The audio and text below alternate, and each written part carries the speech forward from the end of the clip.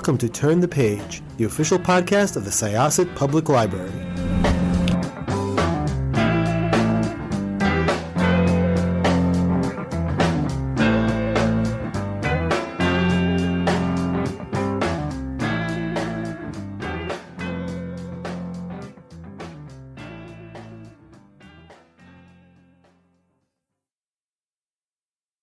Hi, this is Jessica, and hi, this is Sharon. Hi, I'm Janice. This is Evelyn. And we are here with one of our super wonderful alumni from Syosset. Woohoo! Please introduce yourself. Hi, this is Adam Pascal. Hello, everybody. Hello. Hello. So this is really exciting to have you on here. Oh, thank you. So what year did you graduate Syosset High School? I graduated in 1988. So Sharon and I are 90, 96, and 97, and Evelyn grew up around this area. I grew up right next door in Plainview, so not too far. All right. Yeah. So you went through elementary to high school here in Syosset, right? I did indeed, yeah. Nice. I know you were pretty friendly. Yeah, I went to Bayless Elementary School, then I went to That's where my Thompson kids went. Junior High School. Oh, Thompson. Yeah. Memories. Yeah, and then I went to Syosset High School. My kids went to Bayless also. I was fantastic. I was Robbins Lane Southwoods Syosset. So that's kind of like that's kind of a question we ask all of our alum who come on here. Do you remember when you went to elementary school how many elementary schools there were in Syosset? Yes, there were let's see, there was Bayless, there was Southwoods, and there was Willits? Walt Whitman. Was Willits there yet or no? Oh, and Willits, yeah. Yeah, okay. That's the one I went to, so I'm partial. There were what was it, Locust Grove, and that's the one. There was right? a few that closed down. It's now a development. It's not housing development. Well, Locust Grove is now a variety elementary school, but it's always very very interesting when like you talk and you're just like, oh, do you remember? Because certain things, yeah, I remember hearing about schools that closed. So, but anyway, so I know that you're pretty friendly. You were pretty friendly with Peter Meyer. Oh, from Myers. Oh my Farms? God, Peter was my best friend for many years. Oh, I so love I used to work on. Yeah, so do I. I used to work on the farm when I was a little kid. I would work with him, and I would wash tomatoes and cucumbers, and we would move the pipes around and the irrigation pipes, and I just loved it. I loved him, and I loved his family, and they were just wonderful people and a great part of my childhood. Yeah. Well, I love going to the farm now and buying all my fruits and vegetables there. And Peter was so generous to us for our summer reading program. He donated a whole big basket of fruits and vegetables. So. And the children. Oh, that's great. The children, the Myers have been coming to library programs here too. So it's nice to Community legacies everywhere. Yes. So cool. So Yeah, absolutely. I'm so happy that all these years later they're still there and they're still such a integral part of the community. It's fantastic. It's and very rare. You would think. I definitely all those years ago thought, oh my God, I'm sure they'll sell the farm one day so they could build houses there. And thank goodness they haven't done that. Yeah, That's there's enough one of the houses. few things that's still left. Exactly. And it's really kind of beautiful, because there are a lot of developments in the area, but just kind of having that oasis of Syosset history and a farm, it's kind of nice when you're driving by there. Yeah. Yes, absolutely. So where in Syosset did you grow up? Well, it was actually technically Woodbury. Okay. And I grew up in the Woodlands condominium, which was between Woodbury Road and Right next, Pickett's Lane. Right across from the farm. Yeah, right by the farm. That makes sense. That's right across from the farm. I used to ride my bike over there every day. Nice. Very cool. So beyond the schools, obviously you've gone on to do more than just washing tomatoes at Myers Farm. Yeah. Yes, although that was a lot of fun, and sometimes, given my current career, sometimes I wish I was still washing tomatoes and cucumbers. Less stress, yeah. Well, shout out to Myers Farm that when Adam needs to de-stress, he remembers. I think they could use some help. The kids all went back to school. Yeah. Yeah, I might show up there unannounced. I'm sure they would love it. So were you involved with musical theater in the high school at all? I was not. I was a rock band kid. You know, I grew up playing in rock bands, and every year we would do Battle of the Bands, and that was, you know, that was my main focus. I didn't really have any other desire to do anything else. And doing musical theater just, quite frankly, never occurred to me. It never occurred to me that would be something to pursue. It just, you know, it never just entered my lexicon of thought. And so it actually wasn't until I started doing theater in 1995 that it even entered my mind. You know, it was something that I was very lucky to have fallen into at the right place at the right time. But before that, it was just all about trying to be John Bon Jovi. Well, you know, Battle of the Bands, that was a thing that kept going. I don't know if they're still doing it at the high school, but they did it when I grew up. Yeah. My kids were in the high school not that long Yeah, ago. we did it every year. We never won, but we did it every year. Who won? And where are they now? Yeah, right. No. God, I don't even remember, but it was always somebody other than us. That's so funny. Yeah, not a lot of crossover between the Battle of the Bands kids and the theater kids usually. So that's interesting how you sort of and how did you sort of enter into the world of musical theater from that? Okay, well, I grew up down the street from another Syosset High School alum, Idina Menzel. She grew up down the street from me, and she got cast in the off-Broadway production of Rent, and she was dating a very good friend of mine named Glenn, and Glenn was also is also a Syosset High School alum. Anyway, so Glenn called me up one day and said, Idina is doing this show, this off-Broadway musical, and it's going to run like about 6 weeks, and they're having trouble casting... Right. We're all laughing because 6 weeks. Sure, yeah. Right, 23 years later. They're having trouble casting this particular role, and he's a rock singer, and they've opened the casting up, you know, to anyone who wants to come in. It was an open casting, and we thought of you. Do you want to go in and audition? And, you know, it seemed like an interesting thing to do. I was, in a way, at a crossroads in my life, wondering what my next step was going to be. I had played in bands, you know, for obviously all of those years to not much success. And it just seemed like an interesting idea and an interesting option to go and try something new. So the audition really just consisted of me showing up and with my guitar and playing a song. So certainly that was easy enough for me. So I said, yeah, I guess so. I'll go in and I'll play a song. We'll see what happens.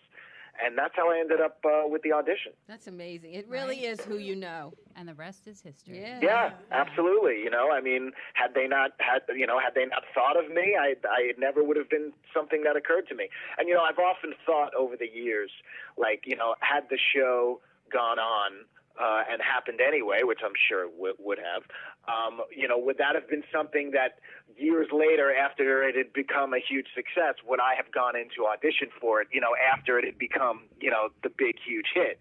And I probably would have. I probably would have gone in and auditioned, you know, years later. I can't picture anybody else as Roger, though. Oh, yeah. Oh, well, thank you. It really, I mean, there's been many over the years. but you're the one we all think of. Yeah. But, you know, I'm just curious. Thank you. So without having that, like, Broadway training, to do a show that, you know, performed so often, I mean, like, what kind of vocal training was involved? Like, how do you prepare yourself for that without having a musical background like that? You know, luckily enough, the skills that I possessed at the time were enough that it worked for that particular character. And, you know, and all of the other stuff that I needed to learn, I really did learn on the job. Right. And that's been very much the story of my career, learning on the job, you know.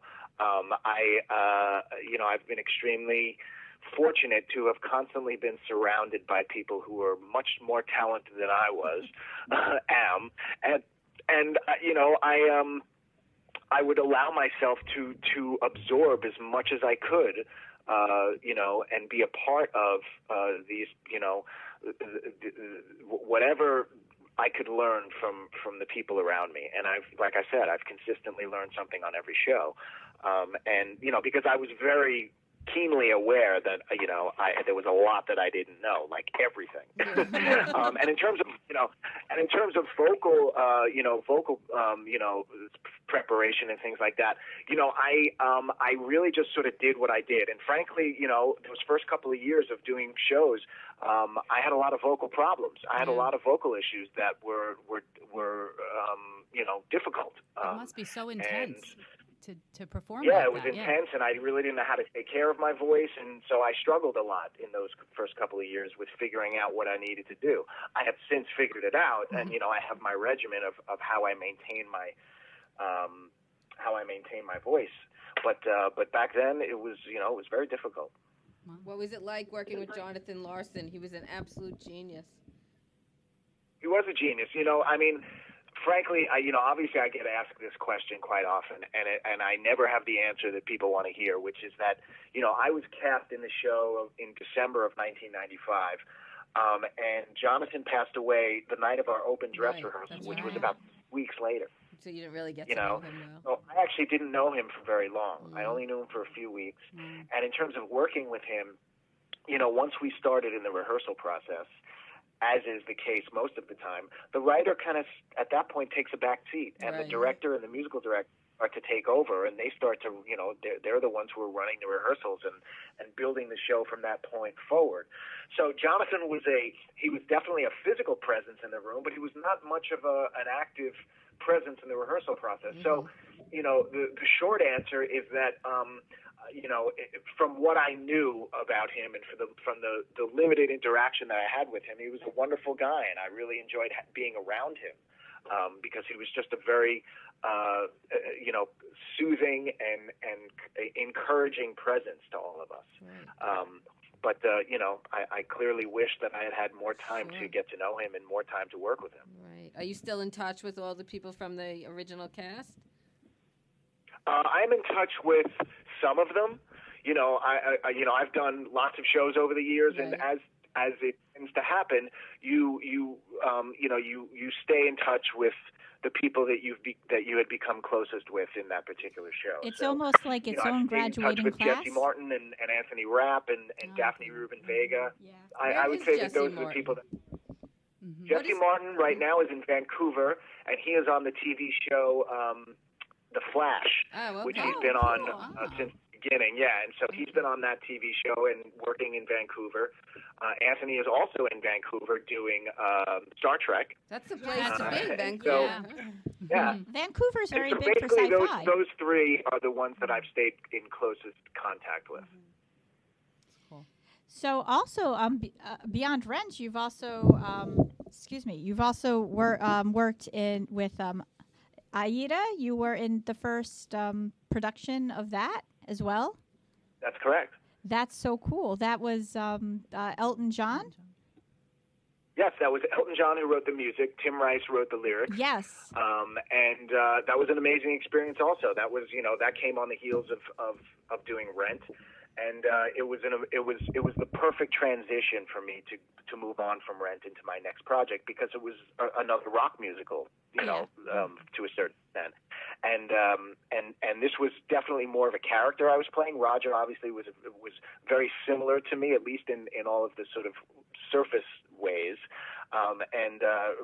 Playing Radames was definitely, playing more of a character, playing somebody who was not nearly as close to who I was at, in terms of situationally. Character-wise, he was, maybe a little bit similar, but and it was an incredible experience to have gone from this off-Broadway production that was sort of like a very sort of mom-and-pop type of production to then going to work for Disney, which was, sort of the other end of the spectrum. Elton, it was, a much more fabulous experience, if you will. Working, with Elton and working, for Disney and all of that. So it was a very different experience, but, as gratifying in many ways. I made some really good friends, and I had an incredible experience with working with Disney, and I became very close friends with Tom Schumacher, who's the head of Disney Theatricals, and it was I have to say, every experience that I've had working on Broadway, and so far I've done 9 Broadway musicals. Wow. They've all been. I've been incredibly lucky. Every single one of them has been a wonderful experience and unique, unto itself. And Aida was obviously like that as well. Working with Elton in a similar way was kind of like working with Jonathan in that he was not a very big presence, in the rehearsal process. I find Elton basically writes the song. I was going to say he seems like I'm so sorry. I didn't mean to interrupt you. It seems like he's a big presence in general. It's kind of interesting to think of Elton John as being in a room and being not a big presence. No, of course. He doesn't come and hang around. Let's put it that way. He writes the songs, and he sends the songs in, and then he shows up at opening night. That's how Elton works. And quite frankly, it's better that way, because he did show up a couple of times just to make an appearance, and it becomes a very sort of, it becomes all about him. And it's not about like Elton shows up and we're having a regular rehearsal day and he comes and he sits in and it becomes all about like an Elton John experience, and he comes and we do a little dog and pony show for him, and lots of pictures get taken, and he shows up with an entourage, and it's very stressful, and and so to have him there every day would have been counterproductive. Yeah. That was the first show that I bought with like my own money, and I could afford the orchestra. Wow. I sat in row D. Oh, great! I remember ooh, I'm such a grown up now because I can afford to see orchestra seats of a Broadway show. Oh, good. I'm glad you made it. Me too. So how was your experience in Pretty Woman? My experience in Pretty Woman was it was very short. I didn't. I only did a couple of weeks in the show because I came in when Andy Carl went on vacation. Oh, okay. And it was really exciting. It was sort of like getting shot out of a cannon. I had 2 weeks to learn the entire show, and then I went in for a couple of weeks, and then it was over. Oh, okay. So it was it wasn't the most relaxing experience that I've ever had on Broadway. It was it was kind of stressful. There was a lot to learn in a very short amount of time, and so. But that being said, there's something super exciting about a situation like that, and so I was really glad to have had that experience, and experienced something like that in that way. It was it was definitely a learning experience for me, and the show was a lot of fun. I had a really the cast was amazing. I had a great time with everybody, and. It was a fun experience. What Did we see Richard you Gere show up? I'm sorry, say again? Okay, did Richard Gere show up for that one? No, Richard Gere did not show up. If he did show up, he certainly would have. He certainly wouldn't have shown up to see my 2 weeks in the show. No, I haven't met him. I might have met him actually years ago during Rent, but certainly not during this production. Yeah. Cool. So anything else happening on Broadway for you coming up in the future? Nothing coming up in the near future, but things kind of pop up, so I never really know. My kids are 15 and almost 18, oh, wow. And so I don't have that much longer with them until they're both gone in college. So I'm really trying to stick around these next few years and not take any shows on Broadway because I want to take advantage of being here while they're still here. You're out in California. So, yeah, out in California. So I think I'm actually going to teach a musical theater class at UCLA this winter, which I'm really excited about. Is it like a history of and musical and theater? so and I do a lot of my own gigs, and I teach master classes around the country. So that's what I've got planned over the next couple of years. Very cool. I was actually curious. Is it like a history of musical theater, or what exactly? Well, it's actually a class that they offer. So I think it's sort of a music and lyric interpretation class that I'm going to be teaching.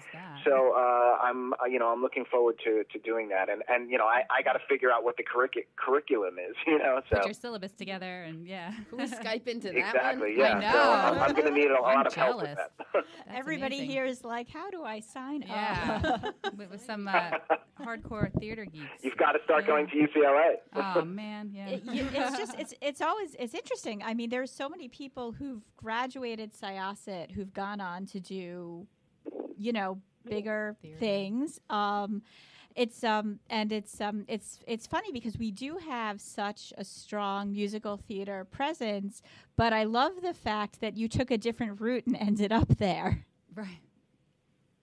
Yeah, no, I couldn't be happier with my career and what I've been able to do so far, and it's been an incredible ride, and it's certainly had its ups and downs.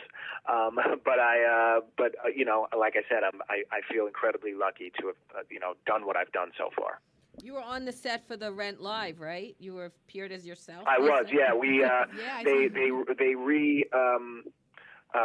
reunited the original 15 cast members, and we did a little cameo at the end of the show, which was a lot of fun. And it was so great for the 15 of us to get back together and have that opportunity to see each other. It had been a long time for many of us, that we hadn't seen each other, and so it was just great. I just loved it. How does it feel watching somebody do or interpret a role that you created? I've never had that sort of proprietary feeling about the roles that I've done. There's a weird, and strangely enough, I have a weird disconnect from it. So I don't look at it and think, that was my part, and this person is doing it wrong or any of that kind of stuff. I feel a very strange disconnect from it. So I don't look at it in those terms. I kind of just try and watch the show and not focus too much attention on the particular role, the role of Roger or Radamés or whatever it is. And I try and look at the bigger picture. So I'm just rooting for the guy. I just want him to do well, in whatever way he chooses to interpret it. I just wanted to, when I do classes, especially if I do a class that is centered around a production of Rent, which I do a lot, I'll go to regional theaters or colleges or whatever when they're doing a production of Rent, and I will go and do a class centered around that. And I always emphasize, no matter what role you're playing, to just bring yourself to it and don't try and emulate anything that anyone did who came before you, because nobody wants that, people want your own interpretation. That's what makes doing musical theater exciting is to bring, is recasting these shows over and over and over again and making them unique unto the actors that are playing the parts. I noticed you also had a role in SLC Punk. I did SLC Punk, and then they actually had a sequel, SLC Punk 2. Punk is Dead, was it? Punk is Dead, yeah. And so that was great. I loved it. I loved the director, James Marandino, and everyone who was involved. It was a lot of fun. I loved it. That was a fun movie that I always tell people to watch. It's it's one of the ones, I think it slipped under the radar for some people, but it had a really strong following in my group of friends back when it came out. So. Oh, that's so cool. I love to hear that. That's great. So, speaking of movies, what was the experience working on the movie version of Rent as opposed to doing the theater version? Was that a hard transition, or a little bit about that experience? Well, it's interesting.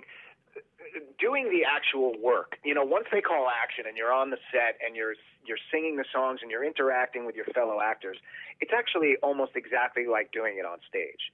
There's really no difference. You're trying to communicate the same thing. You are telling the same story, and so in that regard, it was almost exactly the same. Mm-hmm. The differences are technical. The differences are the blocking, where you have to stand, the lighting, the angles, the camera in your face, having to make all of the adjustments for the technical aspects of it. Yeah. But in terms of the interaction between and the interplay between the actors, it was exactly the same, which I was very surprised about. I didn't know what to expect, But it was great to make that transition and to see how it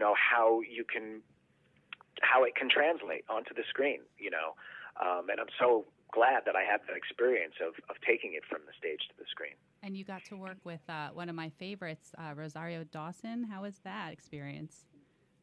It was great. She's such a wonderful girl and a woman, I should say, and a great actress. And we all got on really great. It was bittersweet that we didn't that we didn't have Daphne Rubin Vega with us, but there couldn't have been a better Mimi.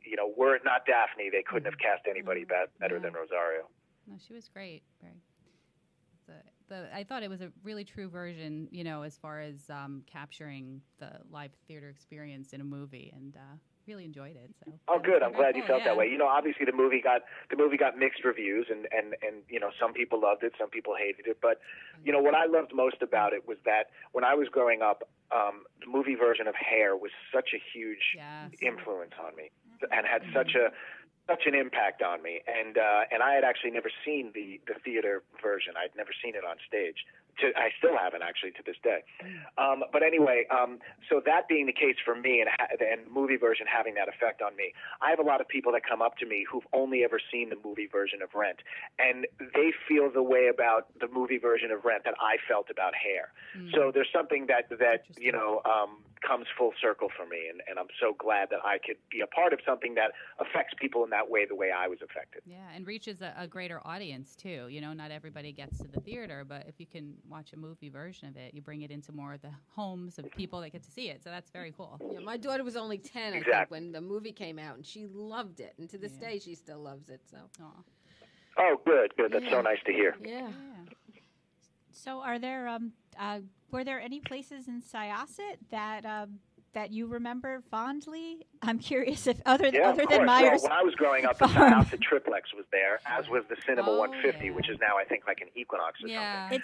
So we had those incredible movie theaters to go to, which were a huge part of my upbringing. I spent a lot of time in both of those theaters, and saw a lot of really great movies over the years in those theaters, and I was actually very disappointed to see them disappear. So those two movie theaters, also the McDonald's on Jericho Turnpike across from the Animal Hospital. Hospital still we used to go there every day for lunch when I was going to Thompson. And so that was a huge part of my upbringing. I remember that extremely well. Also the Syosset Community Park, going ice skating every winter. Wonderful memories of that, and spending a lot of time in that park in general was a huge part of my upbringing. Also, in the industrial park where Geico is, there were motorcycle and bicycle trails back there before everything was built up and before those housing developments were there. Spent a lot of time up there riding bikes and watching people ride their motorcycles and stuff. And also, obviously, Myers Farm, the Hicksville Mall, which at that point was called the Mid-Island Mall. We would ride our bikes there. Yeah. I was there yesterday. So I've got tons of great memories. Evelyn's always there. On Parade Diner was a huge part of my upbringing. Everybody we've had who's a Syosset alum, I think we had Sue Bird, work it into the conversation. and it's always on Parade. It's always the one. Of course. People are like, it was on Parade. That and bagels somewhere. On Parade Diner, Mario's Pizza on Jericho Turnpike. Mario's. Still there. Mario's Pizza, that was a huge part. Just so much, so much.